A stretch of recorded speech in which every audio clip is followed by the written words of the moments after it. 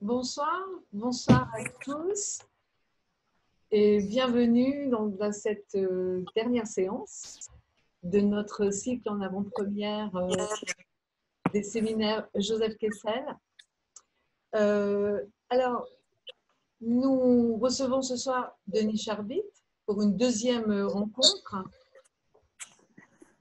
qui s'intitule Droite-gauche, gauche-droite, les aléas d'une identité politique en France et en Israël. Excusez-moi, je m'arrête une petite seconde. Nous avons un petit brouillage. Je vais demander à nos... je vais couper les micros. Voilà. De telle façon qu'on est... Voilà. Donc, pardon. Donc je reviens sur le propos. Donc, nous recevons donc Denis Charbit pour cette deuxième rencontre.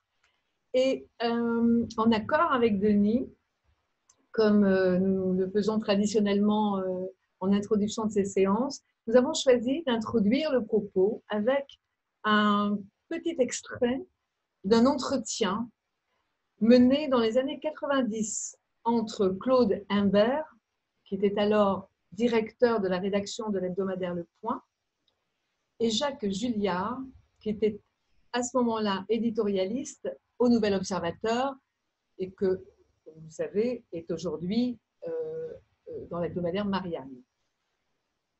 Ces deux journalistes publieront en 1995 un livre qui s'intitule « La droite et la gauche ». Qu'est-ce qui les distingue? Que vous pourrez retrouver aujourd'hui dans les éditions d'ailleurs du livre de poche. Donc voici un extrait de cet entretien. Claude Imbert, la distinction ancienne entre la droite et la gauche n'a plus grand sens. Je parle de cette rengaine qui oppose depuis 2 siècles le désir de mouvement prêté à la gauche au souci de conservation de la droite, le progrès dit de gauche à la permanence dite de droite, le cœur de la gauche à la raison de droite, la justice de gauche à l'ordre de la droite, etc. Je sais que vous allez m'asséner le mot d'Alain, le philosophe, qui s'exprime ainsi: lorsqu'on me demande si la coupure entre partis de droite et de gauche, homme de droite et homme de gauche, a encore un sens, la première idée qui me vient est que l'homme qui pose la question n'est certainement pas un homme de gauche. Réponse de Jacques Julliard. Avant de se demander si cette distinction est justifiée, constatons qu'elle existe, qu'elle est d'usage courant et que dans la vie politique, elle continue d'être le critère discriminant. Pour qu'un conflit s'éteigne, il ne suffit pas que l'une des deux parties constate qu'il est éteint. Il faut que les deux antagonistes soient d'accord.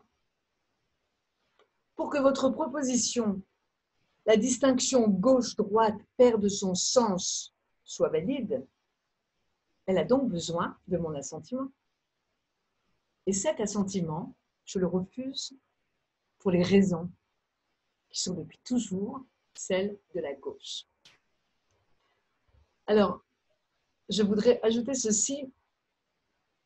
La citation d'abord du philosophe Alain est extraite d'un ouvrage qui a été publié en 1925 qui s'intitule « Propos sur les pouvoirs, éléments d'une doctrine radicale ». Et ce que je voudrais dire et qui m'a beaucoup amusée en préparant cette petite introduction, c'est que cette citation est très souvent reprise par nombre d'observateurs de la vie politique, sauf que, selon l'écrivain, selon l'observateur qui va utiliser cette citation, le philosophe Alain est cité comme un philosophe de droite ou bien comme un philosophe de gauche selon la plume qu'il utilise. Voilà, donc je crois que c'est une bonne introduction et je vais laisser la parole à Denis Charbit, professeur de sciences politiques à l'Université ouverte et qui donc nous livre ce soir son observation, sa thèse en fait, sur, je reprends le titre qu'il a souhaité donner à cette rencontre, droite-gauche, gauche-droite, ou les aléas d'une identité politique en France et en Israël. Merci Denis.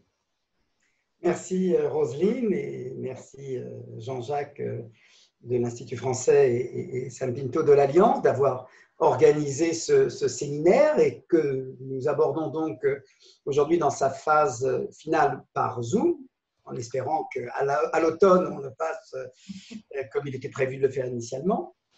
La semaine dernière, j'ai traité par une sorte de comparatisme entre la déclaration d'indépendance de 1948 de l'État d'Israël et la déclaration des droits de l'homme et des citoyens. Aujourd'hui, je ne prendrai pas de documents pour établir entre eux une comparaison. Et je rappelle que comparaison ne vaut pas raison. Je rappelle que comparaison ne veut pas dire simplement montrer les similitudes, mais montrer également les différences, estimant que précisément par cette approche-là, on peut en apprendre un peu plus sur l'un et sur l'autre. Et là, j'ai choisi pour cette deuxième rencontre et dernière rencontre pour cet été, eh bien de traiter d'une notion que tout le monde connaît quand on s'occupe un tout petit peu de politique, même si on s'en désintéresse d'ailleurs. La notion de gauche et de droite est, je dirais, presque universellement répandue. Elle fait partie d'ailleurs d'un ensemble de contributions de la Révolution française au vocabulaire politique moderne et démocratique. La notion de citoyen, la notion de nation, les droits de l'homme, on l'a vu la dernière fois. Et incontestablement, gauche et droite est une création française. Voilà. Et elle est incontestablement, et ça je sais que ça chatouille beaucoup et ça fait beaucoup plaisir à l'esprit français parce que pour le coup, elle est universelle. Je connais très peu, il doit y en avoir certainement, mais je connais très peu de systèmes politiques qui ne s'appuient pas sur cette distinction entre la gauche et la droite. Alors, bien évidemment, et ça fera partie de la première partie de mon propos, de dire mais qu'est-ce qu'on entendait par là en 1789 ? Pourquoi cette notion de gauche et de droite ? Peut-être une partie d'entre vous le sait déjà, mais en tout cas, je le rappellerai, de voir surtout, alors au-delà de l'événement révolutionnaire, comment cette métaphore, parce que finalement c'est une métaphore, gauche et droite, comment eh bien, elle s'est métamorphosée, qu'est-ce qu'elle a signifié en France, mais bien évidemment en ayant toujours un peu comme la dernière fois, alors je ne suis pas sûr comme la dernière fois de respecter un équilibre, est-ce que je parlerai plus d'Israël ou est-ce que je parlerai plus de la France, je n'ai pas de plan, je n'ai pas de petite, comment dirais-je, de sablier qui me permettrait de dire ah ça y est maintenant on va parler de l'autre côté, mais j'essaierai en tout cas voilà, de mélanger les deux pour essayer de comprendre. Bon alors on voit comment la notion de gauche et de droite a évolué en France même. Qu'est-ce qui se passe lorsqu'elle passe dans un autre pays, lorsqu'elle part dans une autre tradition politique? Est-ce qu'elle a la même signification? Est-ce que c'est totalement différent? Alors, je sais bien que l'idée reçue, hein, j'aime bien les idées reçues, je vais travailler souvent là-dessus. L'idée reçue, c'est de dire non, non, mais ça n'a rien à voir, ce n'est pas la même chose, etc. Bien évidemment qu'il y a des choses qui sont totalement différentes. C'est bien pour ça que j'ai employé la notion d'identité politique. Des partis, des idéologies sont là non simplement pour, je dirais, définir une conception du monde, mais surtout pour procurer aux individus qui sont concernés par la chose publique, par la chose politique, eh bien, leur donner une identité, quelque chose qui leur permet de se reconnaître, de s'identifier, de soutenir, avec plus ou moins d'ardeur, en fonction des époques, en fonction des candidats, eh bien, ceux qui prennent la place dans l'espace public au nom de la gauche ou au nom de la droite. Bien évidemment que je serai amené, ce sera plutôt vers la fin de mon intervention, à réfléchir à cette question par laquelle effectivement s'ouvrait ce livre d'entretien entre Claude Imbert et Jacques Julliard. Est-ce que c'est un clivage terminé ? Et c'est vrai, là c'est le hasard du calendrier, je peux vous l'assurer, mais c'est vrai qu'au vu des municipales, le deuxième tour a eu lieu dimanche dernier, avec la montée en flèche du parti écologique, notamment dans les grandes villes, à Bordeaux, à Lyon notamment, etc. On peut effectivement dire, ah ben voilà, là ça devient effectivement plus significatif, ce clivage est peut-être dépassé, même si à bien des égards, ça reste encore, je dirais, un couple binaire structurant. Alors, certes, peut-être pour dire que ça n'existe plus, mais je dirais que même si c'est pour reprendre cette idée-là que gauche-droite ne veut plus rien dire, c'est quand même une manière de maintenir ce clivage-là, puisqu'on s'y réfère encore. Si vraiment ce clivage-là était dépassé, eh bien, on n'en parlerait même plus. Et donc, en ce sens, voilà. Alors, on peut dire il agonise, il est peut-être plus, la politique est en train de se restructurer, etc. Nous le verrons pour la France, nous le verrons également pour Israël. De ce point de vue-là, on terminera, si j'ai assez de temps, sur une prospective sur l'avenir de cette gauche et de cette droite en France et en Israël. Alors, commençons par le commencement. Et le commencement, effectivement, c'est la réunion du 28 août 1789 en présence du roi.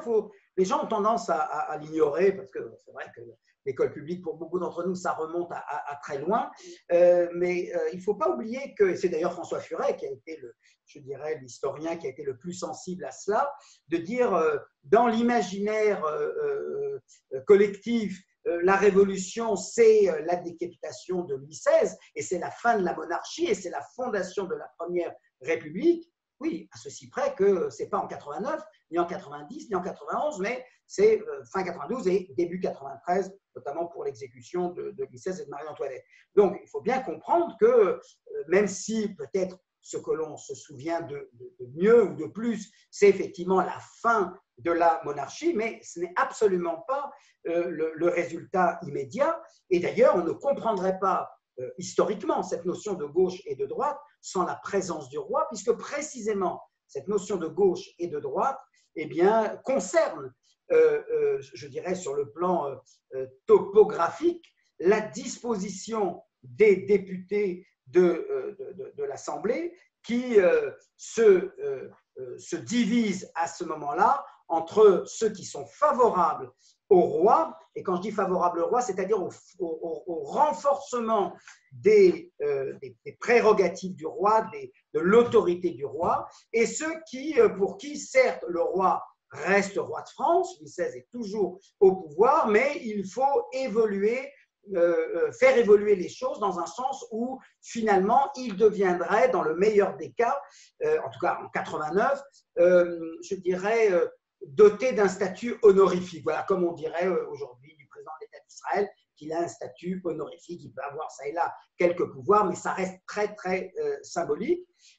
Voilà quel était initialement le clivage premier. Donc, gauche et droite, parce qu'il s'est avéré par un hasard, enfin, je veux dire, là, il n'y a pas de, comment dirais-je, il n'y a pas d'explication à cela. Pourquoi ceux qui estimaient que le pouvoir du roi devait être maintenu dans le sens de la réduction progressive se sont placés à gauche du roi? Pourquoi ceux qui, au contraire, étaient favorables au maintien de son autorité, voire au renforcement progressif dans un temps à venir, se sont mis à sa droite? Ça, nous ne le savons pas. Je n'ai jamais rien trouvé là-dessus. Vraisemblablement, c'était arbitraire, le hasard, mais vous voyez, ce hasard a fait que finalement, on a désigné ce premier clivage-là au sein de la Révolution, qui n'a pas été le seul. Hein. Si on pense ensuite à Girondins et Montagnards, on voit qu'il y a eu beaucoup plus de clivages-là et que ça ne s'est pas réduit à l'autorité du roi et au renforcement de ses pouvoirs. Le fait est qu'il en est resté cette distinction-là.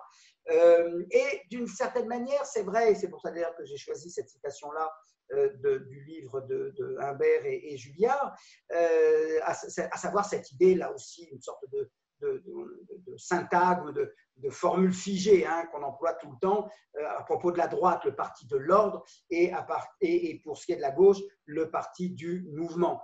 Et c'est vrai, ou du progrès plus exactement. Pourquoi? Parce qu'il fallait maintenir l'ordre monarchique, là où, même s'il était encore maintenu, pas pour longtemps, après la fuite de Varennes et l'arrestation de Louis XVI, mais néanmoins, il est clair qu'il ne faut pas s'en arrêter là. Voilà. Et ça, effectivement, c'est, de ce point de vue-là, tout à fait fidèle à ce qui s'est passé, puisque les premiers débats, les débats de ce qu'on va appeler la Constituante, vont peser énormément sur cette question-là, mais puisque le roi est maintenu, et ça, c'est un axiome, hein, ça n'est pas mis en cause, est-ce qu'il doit être maintenu avec enfin, quelle part doit-il lâcher? Ça, c'est clair aussi. Il ne garde plus les pleins pouvoirs. Quelle part de ses pouvoirs doit-elle être concédée ou cédée à l'Assemblée? Et quelle part doit être retenue? C'est ça qui fait une grande partie, je dirais, du débat de la Constituante. Et c'est vrai que voilà, ça ne va pas durer très longtemps pour les raisons qu'on a citées tout à l'heure. C'est que voilà, finalement, la gauche révèle un peu plus tard que, ma foi, ce n'est pas d'un roi affaibli qu'elle souhaite, c'est tout simplement de pas de roi du tout. C'est mettre fin à la monarchie. Donc, ce que fait la gauche, c'est d'une certaine manière dissiper comment dirais-je, dissiper l'ambiguïté constitutive qui fait que dans un premier temps, la gauche soutient la monarchie, mais une monarchie qui serait réduite à sa plus simple expression. Donc, comprenons bien que initialement, la gauche n'est pas, elle est anti-monarchique au sens où il faut réduire l'autorité, pas au sens où il faut y mettre fin. Cette ambiguïté-là, elle est levée en 92-93 avec l'instauration de la Première République, et là, du coup, cette définition qui reste d'ailleurs à ce jour une des définitions, pas la seule, mais une des définitions du régime républicain. Aujourd'hui, ça ferait peut-être sourire, mais une des définitions historiques, en tout cas, du régime de la République, un régime républicain est un régime qui se définit par l'absence de roi à la tête du pays, à la différence des monarchies de plein pouvoir, des monarchies absolues, comme celles qui existaient dans l'Ancien Régime, ou des monarchies constitutionnelles, telles que celles qui règnent encore actuellement en Grande-Bretagne, ou en Belgique, ou ailleurs, ou en Espagne, où le roi est là. Et c'est là où on voit tout de suite, finalement, que ces notions, elles restent provisoires, puisque si, de 89 à 92, la gauche se définit par un régime de monarchie constitutionnelle au pouvoir limité, avec des pouvoirs de plus en plus limités, là-dessus, la gauche ne dissimule pas cette dynamique-là consistant à réduire les pouvoirs du roi, mais elle ne parle pas, en tout cas pas dans l'Assemblée, une volonté de le mettre dehors, de faire une sorte de coup d'État, si je puis dire, pour dire terminé, il n'y a plus de roi. Il y a l'abolition des privilèges, etc., mais le roi est maintenu. Ben voilà, 3-4 ans après, la gauche, ce n'est plus l'identité politique ou idéologique de ceux qui veulent d'un roi dont les pouvoirs sont réduits, mais c'est ni plus ni moins la définition constitutive, si je puis dire, congénitale à la notion même de république, c'est-à-dire d'un régime qui est sans roi, d'un régime qui, bien sûr, est fondé sur la souveraineté du peuple, mais le peuple est souverain à décréter qu'il veut un roi. Là, il n'en veut plus et il le marque de manière capitale, c'est le cas, c'est le moins qu'on puisse dire, compte tenu de la peine capitale qui a frappé le roi, son épouse et la famille du roi. Alors, voilà initialement ce que veut dire gauche et droite. À la gauche du roi, à la droite du roi, renforcer ses pouvoirs ou les réduire. Et vous comprenez bien, là, tout de suite, d'emblée, ça ne me paraît pas devoir justifier beaucoup de commentaires, que dans la plupart des régimes politiques, dans le monde même, pas seulement en Israël, cette notion historique du soutien qu'on doit accorder ou non au roi, des pouvoirs ou non qu'on doit lui octroyer, est bien entendu une question nulle et non avenue. En Israël, il n'y a jamais eu de monarchie. Aucun sioniste n'a jamais rêvé, ni Herzl dans son Utopie ad Neuland n'a jamais parlé d'une monarchie à la tête d'un État juif, etc. Donc, voilà, cette question ne s'est jamais posée. Et donc, quand on va parler tout à l'heure de gauche et de droite en Israël, bien évidemment que ce n'est pas la question des pouvoirs, de l'autorité du roi qui joue un rôle quelconque. Ça ne rentre même pas dans la réflexion de ceux qui, en Israël, se disent de gauche ou de droite. Alors, voyons par la suite, qu'est-ce qu'a été, je dirais, quel a été le fondement, je dirais, idéologique et j'ai dit identitaire de la gauche et de la droite pendant, je dirais, 2 bons siècles. Ce qui explique d'ailleurs toute cette littérature sur le fait que le clivage n'existe plus ou existe moins. Et en tout cas, ce n'est plus le même clivage que celui qui va, encore une fois, constituer l'identité de la gauche et de la droite pendant plus d'un siècle. Eh bien, c'est tout d'abord la question du régime politique. La question du régime politique, le roi étant mis de côté, de quel régime doit-on se doter? Et je dois dire que là, il y a une division intéressante, c'est-à-dire qu'autant la position de la gauche en France, je reste sur la France, va être très claire. La gauche réclame la République. C'est-à-dire un régime sans roi et sans, je dirais, figure autoritaire. La droite, elle, va évoluer. Si on prend la fameuse distinction de René Raymond dans son livre, qui est un classique de quiconque étudie les sciences politiques en France, les droites en France, c'est le titre du livre de René Raymond, il parle d'une droite bonapartiste, il parle d'une droite orléaniste.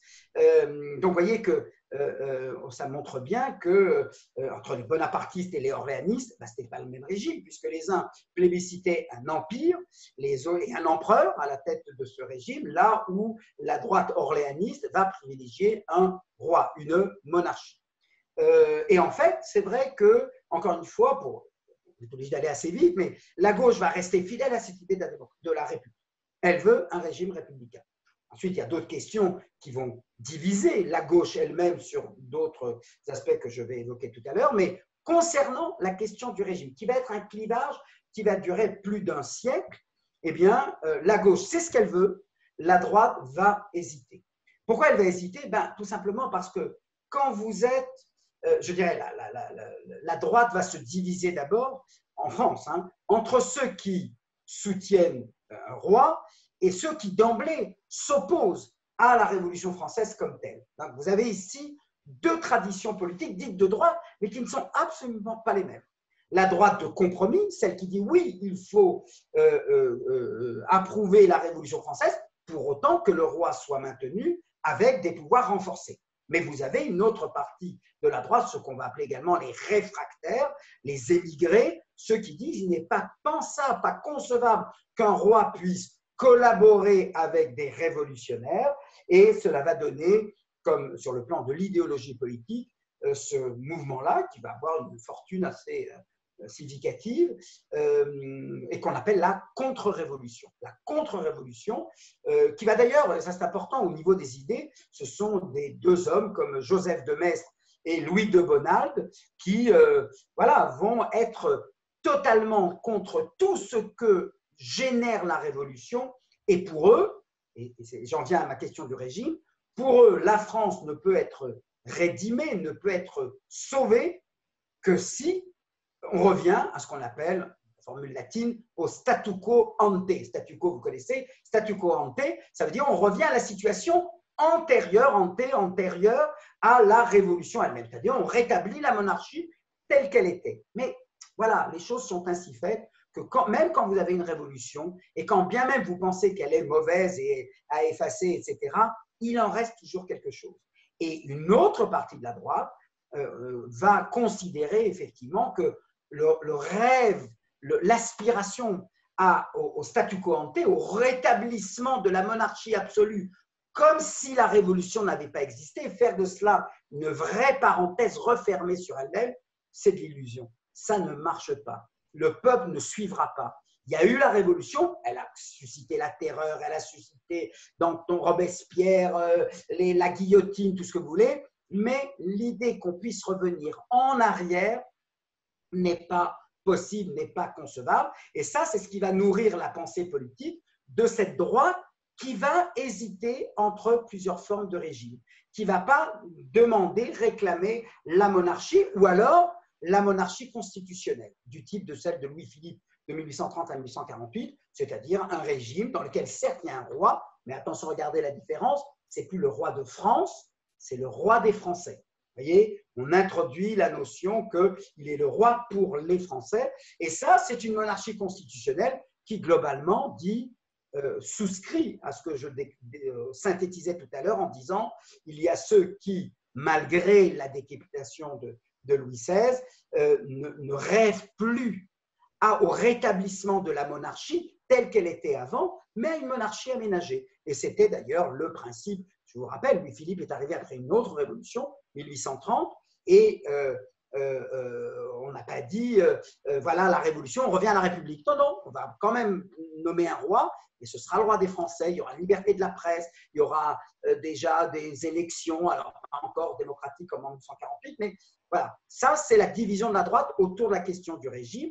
Il va y avoir l'Empire, il va y avoir le Second Empire, il va y avoir la monarchie absolue, Louis XVIII, Charles X, qui a été un échec, la monarchie constitutionnelle telle que l'a envisagé Louis-Philippe, et surgit la Troisième République. Et la Troisième République, effectivement, est importante. Pourquoi? Parce qu'elle va résoudre, alors définitivement ou presque définitivement, la question du régime. Pourquoi? Je rappelle très vite les circonstances sans faire de cours d'histoire. En 1870, Napoléon III, donc Second Empire président, mais ensuite qui avait fait un coup d'État, est déchu, il part en exil, il a mené une guerre qui a été un échec, la guerre franco-allemande, avec la perte de l'Alsace et de la Lorraine, et donc c'est l'occasion pour toutes les familles de dire, puisque c'est plus l'Empire, on va essayer de rétablir le régime pour lequel on a de l'inclination. Et les monarchies sont bien positionnées pour cela. Ça fait déjà près de 30 ans qu'ils ne sont plus au pouvoir. Ils ont même un candidat, le comte de Chambord, et lui, dans une sorte de lubie fanatique qu'on retrouve souvent dans ce type de conjoncture-là, accepte de prendre les choses en main à condition de, vous voyez, la problématique du statu quo ante, du retour à la situation antérieure, à condition de changer le drapeau tricolore en drapeau blanc, qui était le drapeau de la royauté. Et tout s'effondre. Et à cause de son refus d'accepter le drapeau tricolore, eh bien, il décide de ne pas continuer sa marche vers le rétablissement de la monarchie. Et c'est comme ça que les républicains entrent en ligne de compte. Et voilà comment est proclamée la Troisième République. Je ne vais pas rentrer sur le détail, mais le fait est qu'à ce moment-là, la droite fait son, on dirait en hébreu, son cheshbon nefesh, son examen de conscience, et elle dit, eh bien, puisque l'Empire s'est terminé, la monarchie, la dernière opportunité de rétablir la monarchie en France a été gaspillée, gâchée par cette obstination du comte de Chambord à ne pas accepter le drapeau tricolore, eh bien, admettons la Troisième République et le suffrage universel. Et c'est vrai que là, on va avoir une redistribution des cartes. Il y a toujours une gauche, il y a toujours une droite, mais plus sur la question du régime.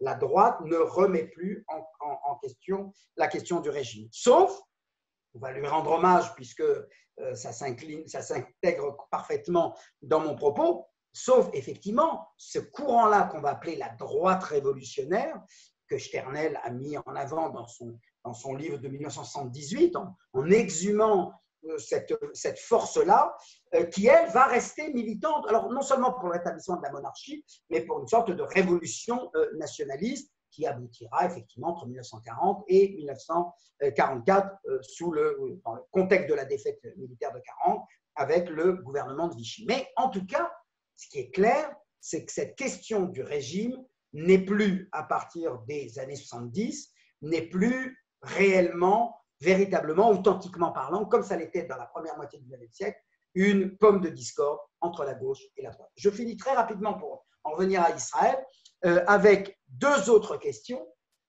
qui ont été le clivage. Quand on dit le clivage gauche-droite, encore une fois, laissons tomber cette anecdote du roi, ceux qui sont à gauche, ceux qui sont à droite, vous avez compris que tout ça, c'était vrai pour quelques années, après la question ne s'est plus posée. Mais en revanche, outre la question du régime, vous avez la question religieuse.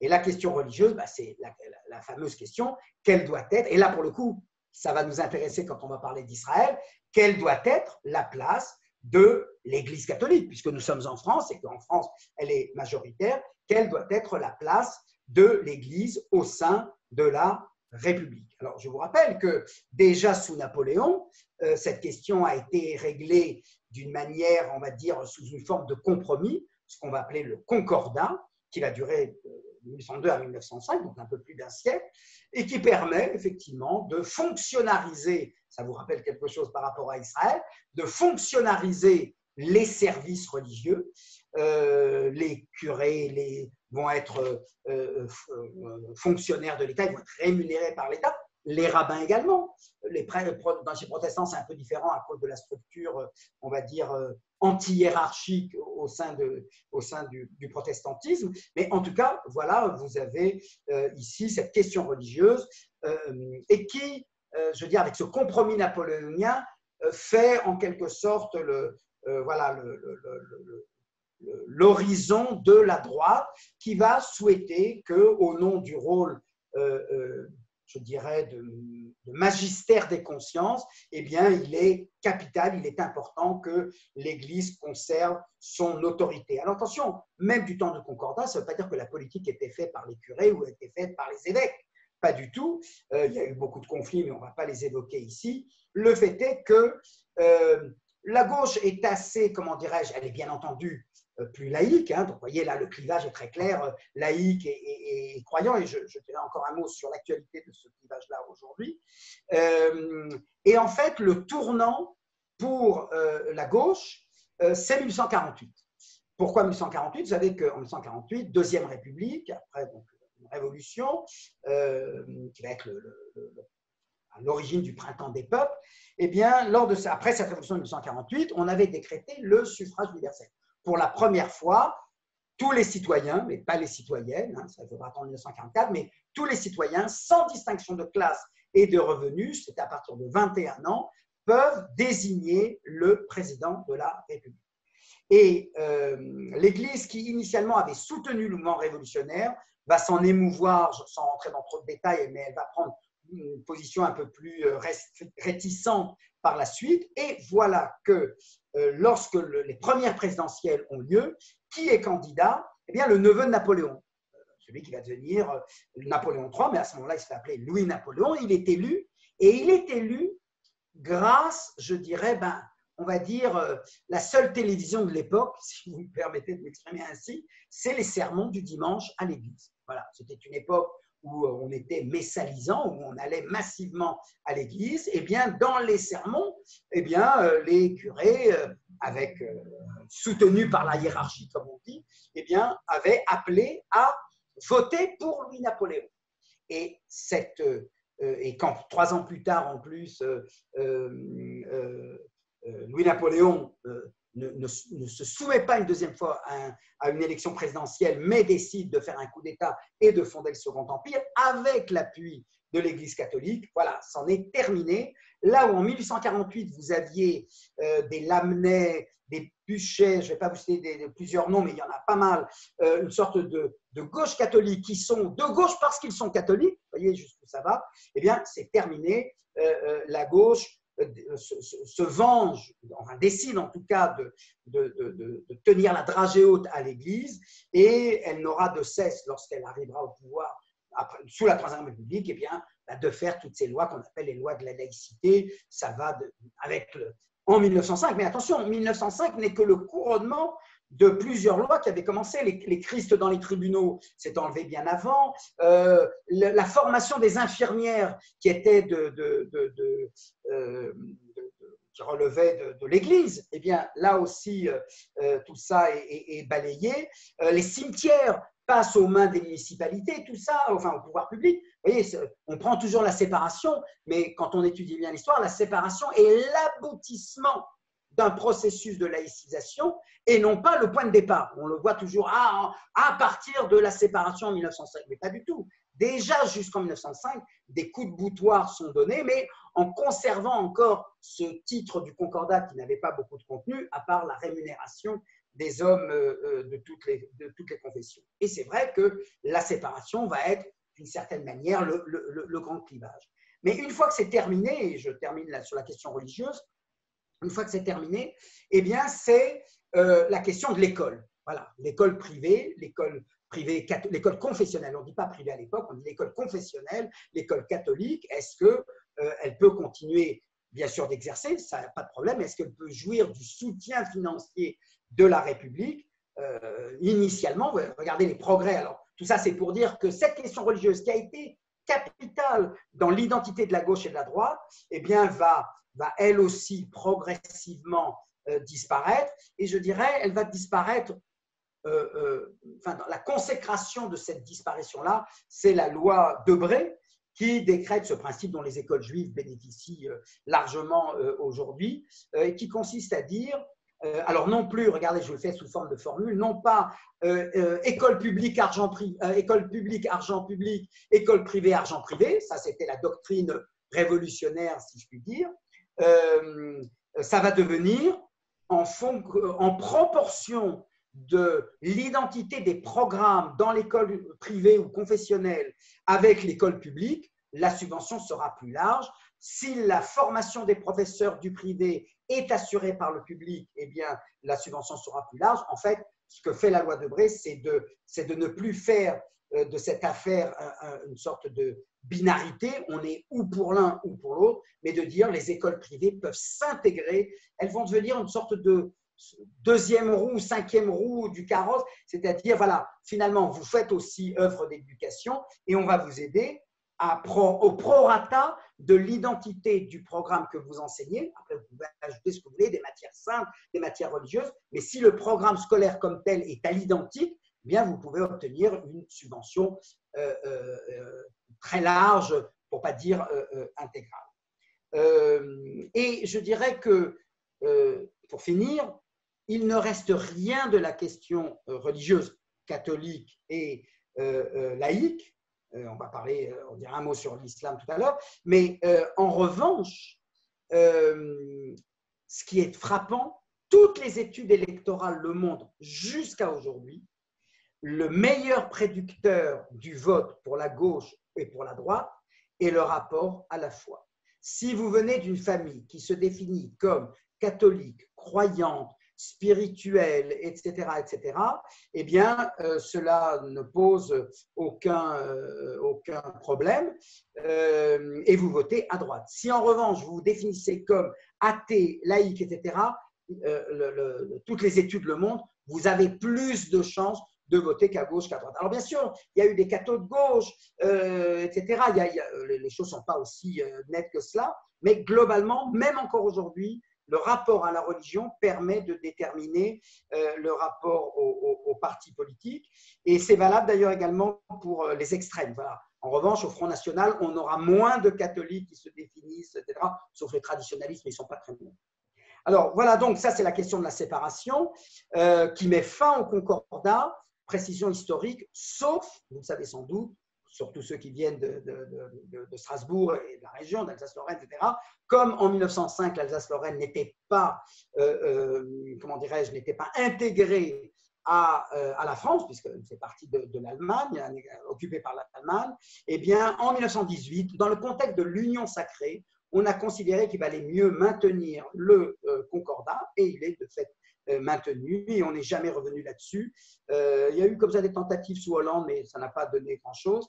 Et donc, c'est vrai que de ce point de vue-là, le système de la séparation existe en France, mais d'une certaine manière, ce n'est plus un clivage. Même, j'imagine que la gauche socialiste à Strasbourg, je n'ai pas vérifié, mais c'est une hypothèse que j'émets, j'espère ne pas me tromper, j'espère ne pas dire de bêtises, mais il ne me semble pas qu'elle soit, comment dirais-je, favorable à la séparation et à l'adoption du système qui existe sur le reste du territoire français. Le dernier, et je voudrais en arriver à Israël, c'est la question sociale. Et ça, effectivement, ça va devenir pendant très longtemps, et je dirais dans une certaine mesure ce qui reste encore par rapport à la question du régime républicain qui ne fait plus clivage entre la gauche et la droite en France, par rapport à la question religieuse qui ne fait plus clivage entre gauche et droite en France, vous avez en revanche la question sociale. Et là, je dirais deux catégories qui se posent. Le peuple d'un côté pour la gauche et la famille de l'autre, c'est l'unité, si vous voulez, fondamentale de l'un et de l'autre, mais au-delà, sur le plan économique, c'est bien entendu l'opposition cardinale entre propriété privée et propriété publique. Mais je dirais que là aussi, les choses ont changé. Elles ont changé d'abord à cause des évolutions sociales. Le prolétariat n'est plus ce qu'il était, etc. Un petit mot, juste un dernier mot avant de passer à Israël. Et de voir, vous voyez, finalement, cette fois-ci, j'ai plutôt fait non pas des va-et-vient, mais quelque chose de plus structuré, en parlant d'abord de la gauche et de la droite en France, où les concepts sont nés. Et pour dire que, d'une certaine manière, cette notion de gauche et de droite a été bouleversée, a explosé, si je puis dire, en plein vol, à partir de, je dirais, du début du XXe siècle, et notamment après la Première Guerre mondiale. Pourquoi? Parce que de la gauche comme de la droite vont naître, sur le plan idéologique et politique, alors idéologique, ça commence un peu avant, mais politique, c'est surtout après, eh bien, vont naître des, alors, je ne sais pas comment dirais-je, des excroissances, ou en tout cas un autre rameau qui va diviser complètement et la gauche et la droite. Eh bien, pour la gauche, c'est bien entendu l'opposition entre socialisme et communisme. Et ça va devenir ça le vrai clivage interne à la gauche. Et pour la droite, on va appeler le conservatisme et le fascisme. C'est-à-dire qu'on va avoir ici, comment dirais-je, une formule révolutionnaire des deux côtés. Là, c'est, encore une fois, je reprends à mon compte la formule de Sternel sur la droite révolutionnaire. C'est-à-dire que dans les deux cas, eh bien, on va avoir vis-à-vis de quoi? Pas vis-à-vis de la gauche, pas vis-à-vis de la droite, mais vis-à-vis du parlementarisme, vis-à-vis de la démocratie représentative. Vous allez avoir deux idées aux extrêmes qui vont, encore une fois, faire exploser la notion de gauche et la notion de droite. C'est-à-dire que, historiquement parlant, j'ai envie de dire ça de manière un peu comme ça franche, quelqu'un qui est de gauche, se dit de gauche, ne peut pas s'affranchir du fait qu'il a dans son héritage idéologique quelque chose qui s'appelle le communisme et quelque chose qui s'appelle l'Union soviétique. Et quand on est de droite, eh bien, on a dans son, quand on s'identifie comme tel, eh bien, on ne peut pas ignorer qu'il y a dans cette histoire-là une voie qui a eu un essor politique, en tout cas jusqu'en 1945, et qui est celle du fascisme, que ce soit à l'espagnol, à Franco, que ce soit en Allemagne avec Hitler, ou que ce soit en Italie avec Mussolini. Et ça, c'est très important parce que moi, je considère en tout cas que, à propos de cette question que Roselyne soulevait, enfin de cette citation d'Alain, si là, je dis quelque chose que je pense en termes de conviction, mais pas simplement de conviction idéologique pure et simple, c'est que si quelque chose a changé dans le clivage gauche et droite, même s'il se maintient, mais s'il ne peut plus être interprété comme on l'interprétait auparavant, eh bien, c'est parce qu'il y a dans la gauche comme de la droite, comment dirais-je, des squelettes dans l'armoire, voilà, des cadavres dans le placard, et des cadavres non par centaines ni par milliers, mais par centaines de milliers, voire par millions. Et ça, je dirais que c'est pour ça qu'il vaut mieux, sans donner de recommandation à personne, vaut mieux être de gauche et camusien, et être de droite et aronien. Voilà. Quelqu'un qui est de gauche tendance Camus ou quelqu'un qui est de droite tendance Aron me paraît, je dirais justement, c'est pas qu'ils sont meilleurs ou moins bons, ils font l'inventaire. Ils assument que dans leur famille politique, il y a un tel cadavre. Et ça, je pense que, pour en arriver à notre présent contemporain et passer à Israël, je pense que c'est ça qui me paraît significatif, c'est que finalement aujourd'hui, quand on vient à considérer le clivage gauche-droite, qu'est-ce qu'il est, qu'est-ce qu'il vaut, à l'heure du macronisme, alors c'est encore plus complexe, etc. Mais je pense qu'il y a une autre ligne de partage qui n'est pas moins importante, qui ne se superpose pas, qui n'abolit pas celle de la gauche et de la droite, mais qui se superpose à elle et qui brouille donc les repères traditionnels, c'est entre modéré et extrême. Voilà. Je pense que, et je pense que le macronisme, je ne pensais pas en parler, mais ça s'impose, c'est d'une certaine manière faire c'est la traduction de ce clivage-là dont je parle, qui n'est plus le clivage gauche-droite, mais qui est le clivage modéré ou extrême. Et c'est vrai que quand on regarde les présidentielles en France de 2017, c'est impressionnant de voir que vous avez une France modérée qui a voté Macron, qui a voté Fillon, qui a voté Hamon, et vous avez une France qu'on appellera extrême ou radicale, et je ne veux pas être ici péjoratif, mais il faut bien comprendre que ce n'est pas la même chose, qui a voté Mélenchon ou a voté Marine Le Pen. Donc ça, je dirais que ce qui complique aujourd'hui, et je ne suis pas là pour donner des réponses, je suis là pour montrer les problèmes, ce qui complique, c'est que la question de la redistribution économique reste intacte. À qui donner, à qui prendre? Faut-il accepter des hiérarchies de salaire qui vont de 1 à 50, etc. Ces questions-là restent identiques et de ce point de vue-là, on est toujours dans la… alors, c'est plus propriété privée-publique. La gauche social-démocrate, depuis longtemps, a fait son deuil d'une propriété collectiviste et publique qui liquiderait la propriété privée, mais la question de la redistribution reste identique. En revanche, tout cela est plus compliqué par le fait que vous avez une autre dimension qui s'ajoute, pas qui supprime la première, qui s'ajoute, qui est celle de… alors certains diront populiste de gauche, populiste de droite.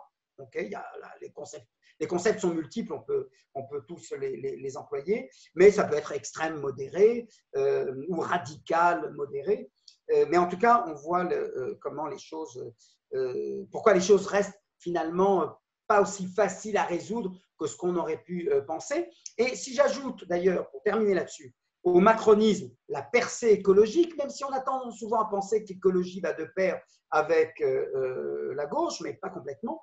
Mais là, peut-être qu'on est sur une autre manière de concevoir le politique, c'est-à-dire qu'on n'est plus tellement dans la redistribution. Si on voit par exemple les combats identitaires, quels qu'ils soient, les Noirs, le racisme, toutes les causes, on voit bien qu'on n'est plus dans l'ère de la redistribution, c'est-à-dire qu'est-ce qui préoccupe la gauche, la droite, c'est à qui on donne, à qui on prend, en gros, voilà. Non, on est dans une problématique, alors c'est l'environnement, c'est les libertés individuelles, c'est ce qu'on va appeler le sociétal, les minorités, le féminisme, etc.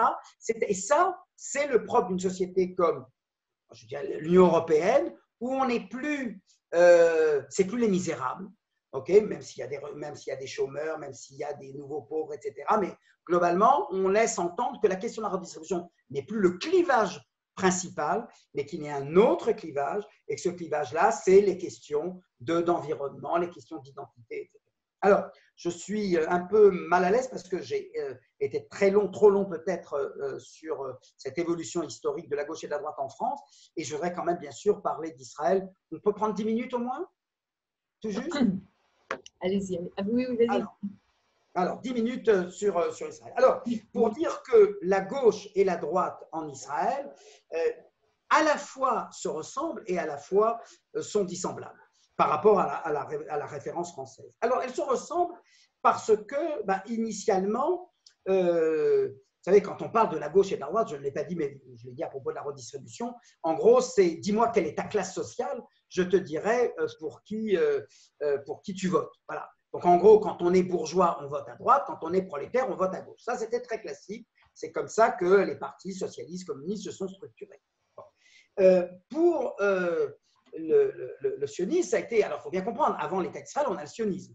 Et on a un mouvement sioniste qui se structure, au départ, qui se structure en fédération, les sionistes de France, les sionistes de Russie, les sionistes des États-Unis, etc. Et puis très vite, on se rend compte que ça n'a aucun intérêt, voilà, on va se distinguer, on va se diviser en plusieurs familles idéologiques. Et je dirais que le rapport avec la gauche droite traditionnelle, le clivage traditionnel, c'est qu'effectivement, la fonction de ce qu'on appelait le parti travailliste, le MAPAI, etc., va être d'organiser, appuyé par ce grand allié qu'est la Histadrout, d'organiser le peuple, le prolétariat, les ouvriers, mais également les paysans, etc., dans cette idée que pour construire l'État d'Israël, le Yishuv d'abord, puis par la suite l'État d'Israël, eh bien, on a besoin des classes populaires. Voilà, on a besoin des masses.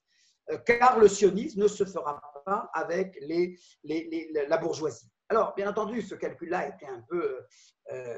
voilà, ça c'est la théorie, et puis en pratique, on voit bien que dans les années 20, les années 30, etc., arrivent des bourgeois de Pologne, c'est des petits bourgeois, pas la haute bourgeoisie, c'est pas l'élite, mais voilà, c'est des petits bourgeois qui n'ont qu'une envie, c'est d'avoir leur petit lopin de terre, c'est d'avoir une envie, c'est d'avoir leur petit café, leur petit commerce, l'artisan, vont se constituer des classes sociales, donc bourgeoises, urbaines, et c'est elles qui vont se regrouper derrière le parti de Weizmann, qui s'appelle les sionistes généraux, le parti libéral, si vous voulez, et le parti révisionniste de Jabotinsky. Alors, à ceci près que ça ne suffit pas.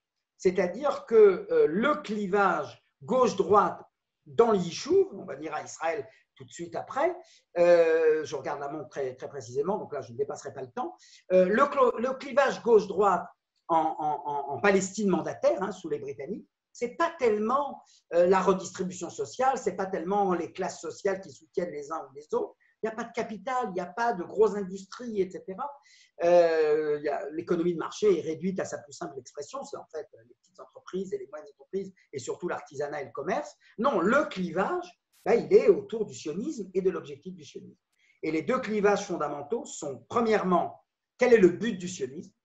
Et Jabotinsky, qui est donc à la tête du mouvement révisionniste, qu'il a fondé lui-même, ne cesse, voilà, comme un cabri, de réclamer que le congrès sioniste définisse ouvertement le but du mouvement sioniste. Et le but du mouvement sioniste, c'est quoi? C'est un État juif.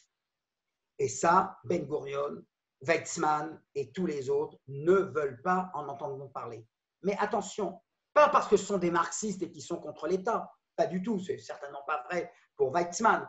Ils sont contre l'État, pas par principe, mais par pragmatisme, parce qu'ils estiment que dans la situation actuelle, et je rappelle, dans les années 20 et les années 30, on a en Palestine mandataire 15% de juifs, 85% d'arabes, chrétiens ou musulmans en Palestine. Dans ce contexte-là, Ben Gurion estime que ce serait une erreur diplomatique qui serait fatale et qui nuirait, qui serait préjudiciable aux intérêts de la population juive en Palestine si on venait ouvertement décréter que le but du mouvement sioniste, c'est de passer du foyer national, qui était le statut des Juifs de 1920 à 1947, au statut d'État. Mais attention, qu'on ne se trompe pas, qu'on ne se méprenne pas. Ben Gurion, bien sûr qu'il veut d'un État juif, mais il dit que c'est prématuré. On ne réclame pas un État quand on est 15% de la population. D'autant qu'en le déclarant, on va ne faire qu'irriter la population arabe qui est déjà hostile au sionisme et surtout les Britanniques qui déjà ont fort à faire avec, en défendant, ce qu'ils font dans les années 20 et les années 30, le principe de la déclaration de Balfour, c'est-à-dire le soutien bienveillant du gouvernement britannique à la création et au développement et à l'épanouissement d'un foyer national juif en Palestine. Et c'est pour ça que Ben Gurion refuse qu'on déclare l'État, mais là il y a un clivage entre la gauche et la droite, et il le refuse parce qu'il y a une seule chose qui compte pour lui, une seule et unique, la liberté d'immigration. Et pourquoi il veut la liberté d'immigration? Pourquoi il ne veut pas que les Britanniques reviennent là-dessus? Ils y reviendront en 1939, mais ça c'est beaucoup plus tard. Pourquoi? Parce que c'est le seul moyen de faire que les 15% deviennent 20%, deviennent 25%, deviennent 30%, deviennent 35%, un jour majoritaire, et à ce moment-là, il n'y aura pas de problème pour le faire. Et d'ailleurs, Ben Gurion, c'est en 1942. En 1942, il y a 30% de juifs. Il n'y a pas encore 50, il n'y a pas encore une majorité, mais en 1942, les premières nouvelles sur la Shoah, etc. Et là, il déclare que l'objectif du mouvement sioniste, ce qu'il avait refusé de faire pendant 20 ans, c'est la création d'un État juif. Alors, on peut dire, Ben Gurion est plus hypocrite, Jabotinsky est plus honnête, plus sincère, plus franc. Oui, mais quand on fait de la politique, il faut parfois savoir dissimuler, savoir sortir à bon escient tel ou tel objectif. Mais voilà, en tout cas, là-dessus, il y a le premier clivage. Et puis le deuxième, vous le connaissez, mais là, il y a une dimension actuelle voilà, sur laquelle il ne sera pas très long pour moi de gloser. C'est bien entendu la question du territoire. Alors, à l'époque, regardez comme les choses ont bougé. Quand Ben Gurion, en 1942, justement, va déclarer l'État juif, il va déclarer les frontières. Et les frontières, incontestablement, c'est de la Méditerranée au Jourdain. C'est-à-dire, c'est la Judée et la Samarie inclus. Puisque c'est la Palestine mandataire, tout ce qu'on demande, eh bien, c'est de passer dans cette Palestine mandataire du statut de foyer national au statut d'État souverain, d'État juif unitaire. À l'époque, la droite révisionniste, et voilà un clivage qui n'existe pas en France, bien entendu. Encore qu'autour du colonialisme, on pourrait penser, on veut s'étendre, l'Algérie, etc. Mais même la gauche est colonialiste à l'époque, donc ce n'est pas une véritable distinction. C'est au moment de la décolonisation qu'une partie de la gauche va prendre ses distances. Mais en tout cas, la vraie distinction sur le plan territorial entre la gauche et la droite en Palestine, c'est que Jabotinsky, lui, n'a pas accepté, a refusé la décision de Churchill de 1922 de prendre une partie importante, la Transjordanie, qui est immense, qui est du désert, hein, à part Amman et Aqaba, c'est du désert, ça l'est encore aujourd'hui pour ne prendre pas. Donc d'amputer cette partie-là et de dire ça c'est pour Abdallah et donc ça c'est pas ouvert au foyer national juif. Et je dirais qu'à la limite, de ce point de vue-là, en termes de régime, puisqu'on a parlé de régime, c'est le successeur des révisionnistes, c'est-à-dire c'est le Khérout de Menachem Begin, qui sont beaucoup plus libéraux sur le plan individualiste du terme, hein, beaucoup plus attachés aux mesures libérales. Tenez-vous bien, les premiers qui réclament l'abolition de l'administration militaire dans les localités arabes, ce n'est pas le Mapai, c'est lui qui l'avait institué, c'est le Khérout. Vous voyez que on pourrait perdre la tête à penser qu'il y a une continuité là-dessus. Donc, le Khérout est un vrai parti libéral sur ce plan-là. Il est aussi national sur le plan territorial. Et c'est vrai que, on va dire, le Mapai, quand il est au pouvoir dans les années 50, 60, etc., il respecte la démocratie. Il n'y a eu aucune menace interne sur la démocratie du temps de Ben Gurion et de son successeur Lévi Eshkol, mais je dirais que ce n'est pas pour rien que Begin, le Khérout, en 1949, était favorable à une constitution pour limiter le pouvoir du gouvernement, là où Ben Gurion, qui a prétexté la Torah, les religieux ne veulent pas de constitution, etc., lui disait non, non, non, le peuple est souverain, c'est le peuple qui décide. Le peuple souverain, ça veut dire nous, la majorité parlementaire. Et vous voyez là, de ce point de vue-là, c'est une très belle leçon de comparatisme politique, cette fois-ci interne à Israël. Qui tient ce discours aujourd'hui? C'est la droite.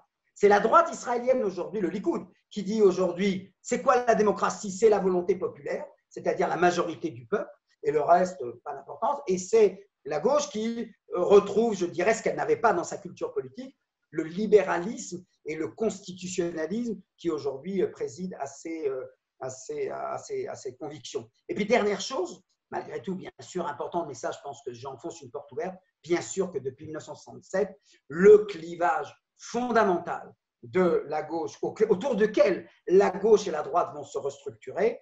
Il y a un petit peu le côté social, mais très compliqué, puisque en fait la gauche va devenir le parti de la bourgeoisie et la droite va être appuyée par une petite partie de la bourgeoisie, mais surtout par les couches populaires. Mais je dirais le clivage structurant va être bien sûr le clivage autour du territoire. Et un mot d'actualité, mais ça me paraît ici très significatif, je dirais que l'ADN de la droite depuis 1967, mais surtout ces dernières années, c'est effectivement l'opposition à un État palestinien auquel la gauche est venue tardivement. Il ne faut pas se leurrer. En 67, en 70, on ne parle pas d'un État palestinien, on parle d'un compromis avec la Jordanie, mais c'est vrai qu'à la gauche de la gauche, c'est vrai qu'on en a fait, je dirais, une sorte de principe fondamental, notamment depuis les accords d'Oslo, même si les accords d'Oslo ne parlent pas d'un État palestinien. Regardez la déclaration de principe. Il n'y a absolument pas écrit le mot d'État palestinien, il y a écrit l'idée d'une autonomie, d'une négociation qui aboutirait à un État palestinien, mais sans que ce soit écrit noir sur blanc dans un texte. Là où, on l'a vu autour de cette question de l'extension de la souveraineté sur la Judée et la Samarie, que voilà, le noyau dur disait non, non, non, on ne veut pas accepter, consentir à un plan qui nous obligerait, même si c'est en parole, à accepter l'idée même d'un État palestinien. Donc, vous voyez, un clivage, et qui aujourd'hui reste un marqueur politique important. Pour terminer, et vraiment, je vois qu'il est 8h03, je prends une minute pour dire qu'effectivement, depuis quelques années, depuis 5 ans environ, il semble qu'un nouveau clivage se soit superposé à ce clivage sur les territoires, sur qu'est-ce qu'on fait des territoires. Et là, pour le coup, c'est la droite qui sait ce qu'elle veut et la gauche qui, le centre lapide, qui est plus hésitant. Mais le clivage supplémentaire, effectivement, est autour d'une conception de la démocratie entre, je dirais, ce qu'on appellerait le majoritarianisme, c'est-à-dire l'idée que la majorité détermine, et la question de la justice, c'est-à-dire le gouvernement des juges, dans quelle mesure doivent-ils relire la copie des parlementaires ou non. Et là, vous voyez que les choses ont bougé. Dans les années 50, c'était plutôt la droite qui était favorable à ça. Aujourd'hui, c'est la gauche qui en fait, la gauche, le centre, qui en font comment dire, leur cheval de bataille. Je terminerai par une phrase que j'avais déjà préparée. Mais pour dire que si aujourd'hui, en 2020, le clivage gauche-droite a perdu de sa signification, j'ai envie de dire c'est surtout par le fait que les partis représentant la gauche en France comme en Israël sont laminés. Ils n'existent plus. Ils sont voilà, une sorte de… Alors, ça se traduit par des expressions plus radicales. On a parlé de Mélenchon tout à l'heure. Mais là où la droite existe bel et bien, elle peut être en France un peu en train de chercher son leader, etc. En Israël, elle l'a et elle y tient, comme vous le savez. Mais donc, si quelque chose a changé dans le clivage gauche-droite, c'est incontestablement l'effritement de la gauche et cette difficulté à se régénérer à cause de l'échec de la social-démocratie à générer la crise, à trouver une classe sociale qui la soutiendrait, et enfin à trouver, je dirais, un équilibre, un juste milieu autour des revendications des minorités. Le problème des minorités, incontestablement, est quelque chose qui a beaucoup affaibli la gauche ces derniers temps. On le voit encore aujourd'hui en France, aux États-Unis, etc. Est-ce que la gauche ou les démocrates, on dirait aux États-Unis, c'est fédérer toutes les minorités ou c'est retrouver le sens d'un collectif qui transcenderait les minorités? Voilà des problèmes qui se posent à la gauche, d'où l'état, je dirais, de déliquescence dans lequel elle se trouve par rapport à une droite qui est assez sûre d'elle, qui voilà, va un peu vers se rapproche peut-être d'une droite un peu plus extrême, en tout cas dans le discours plus musclé et moins modéré qui a été l'affaire de Gaulle, par exemple, de Giscard ou de Chirac. Voilà, bon, voilà, 8h06, donc j'ai un petit peu… Enfin, ça fait 1 heure parce que j'ai commencé à 8h, un peu moins d'1 heure parce que je commençais à 8h13. Exact. Merci en tout cas de votre attention et j'espère avoir couvert ce champ de 2 siècles d'histoire politique, pour moi passionnante en tout cas, j'espère pour vous. Merci beaucoup, beaucoup, Denis. C'était tout à fait passionnant et c'est vrai que c'est très difficile de ne pas, sur ce temps aussi court, à la fois de ne pas exposer vraiment le fondement de la droite et la gauche pour la France et ensuite de passer à Israël. C'est vrai que c'était un peu difficile, mais c'était nécessaire en même temps. Toute cette exposition était totalement nécessaire pour comprendre quelque chose à la situation d'aujourd'hui. Alors, je ne vais pas, ce ne sont pas exactement des questions. Je vois les questions, je suis en train de les lire pendant que tu voilà, me parles. Il y a pas mal de… Ce ne sont pas vraiment des questions tout à fait ouvertes, en fait, ce sont beaucoup de réflexions. Alors, vu le temps qui nous est imparti, je ne sais pas, Denis, si tu veux répondre à une question, simplement. Oui. Donc, Bernard, j'ai répondu sans le savoir ces questions, oui, puisqu'il a pris des fonctions du Concordant Dallas-Lorraine et du macronisme de gauche et droite, donc ça, j'ai fait mon travail. Voilà. Alors, il y a des questions. Oui, effectivement, la troisième voie, ça a été à bien des égards. Alors, ça me touche beaucoup cette question. Je vais vous dire pourquoi. Parce que moi, j'ai fait ma thèse en France sur la démocratie chrétienne. Donc, je connais très bien ce discours de la troisième voie qui a tenté effectivement de dire, voilà, d'ailleurs, je terminais dans un autre de ses ouvrages appelé Ni droite ni gauche. Oui, alors, si ce n'est que là aussi, sur le centre pèse énormément de questions. Et on a tendance à penser que le centre, ce n'est qu'une droite réincarnée. Et surtout après 1945, parce qu'après 1945, la droite, c'était Pétain, c'était le fascisme, c'était le corporatisme. Et donc, il fallait être centriste. C'était la fonction du MRP, le mouvement républicain populaire, d'une part. Alors qu'en Israël, le centre, c'est la gauche qui s'est un petit peu émancipée de la tutelle d'un vieux parti travailliste, de son inventaire, etc. On pouvait toujours reprocher aux travaillistes de ne pas avoir intégré les Juifs des pays d'Orient dans les 50-60. Je vois mal comment on pourrait s'adresser au parti bleu-blanc, par exemple, en disant « vous avez fait ceci », puisqu'ils existent à peine depuis 1 an. Donc, vous voyez, donc ce centre… je serais plutôt tenté de penser qu'à un moment, il doit faire ses choix et il doit se positionner ou par rapport à l'un ou par rapport à l'autre. J'ajouterais d'ailleurs, puisque je n'ai pas prononcé le mot, ou une seule fois peut-être, la question de l'Europe est intéressante parce qu'elle a là aussi fait exploser la question de l'identification systématique. En général, quand on dit gauche-droite, on prend un sujet, la gauche pense ça, la droite pense le contraire et vice-versa. Là, non, sur l'Europe, je vous rappelle, au départ, l'Europe, c'est les démocrates chrétiens. C'est Robert Schuman, en Allemagne, c'est Adenauer, en Italie, c'est, son nom m'échappe là maintenant, Alcide De Gasperi. Voilà. intervenu entre-temps. Et après, et en France, c'est le Canuet qui est le démocrate chrétien version 5e République. Il affiche moins son christianisme, mais ça reste toujours sa famille politique. Et petit à petit, on va voir dans les 70, De Gaulle est contre, l'Europe, elle est contre, l'extrême gauche également, l'extrême droite, bien sûr. Et donc, on va aboutir à un consensus qui va apparaître dans les années 90 autour, avec Mitterrand, Maastricht, etc., etc.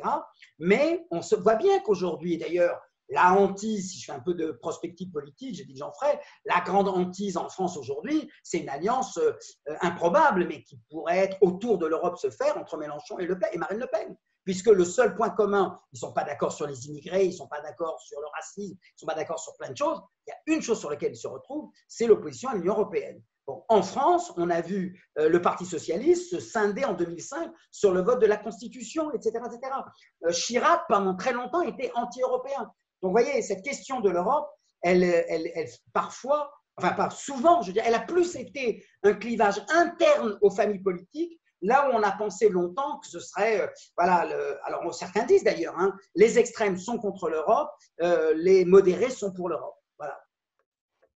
Merci beaucoup, Denis. Merci infiniment. Voilà, juste pour une phrase de conclusion, en fait, je voulais juste dire à nos auditeurs que si vous avez manqué les épisodes précédents, comme on dit, vous les retrouverez tous sur YouTube, donc sur la chaîne de l'Institut français. Et il suffit simplement d'inscrire séminaire Joseph Kessel et vous allez retrouver donc toutes les séances, les 6 séances que nous vous avons proposées dans cette avant-première des séminaires Joseph Kessel, et à très très vite.